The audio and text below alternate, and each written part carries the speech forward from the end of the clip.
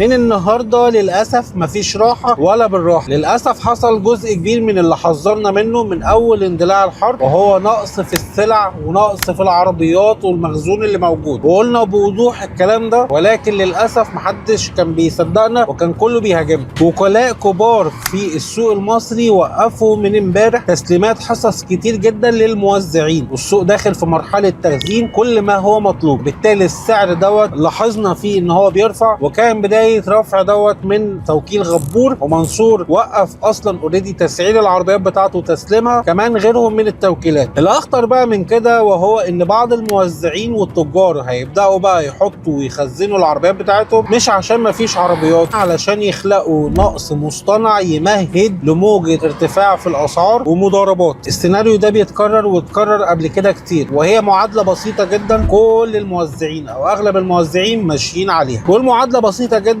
وهي عرض اقل بيساوي طلب عالي وكمان بيساوي سعر اعلى.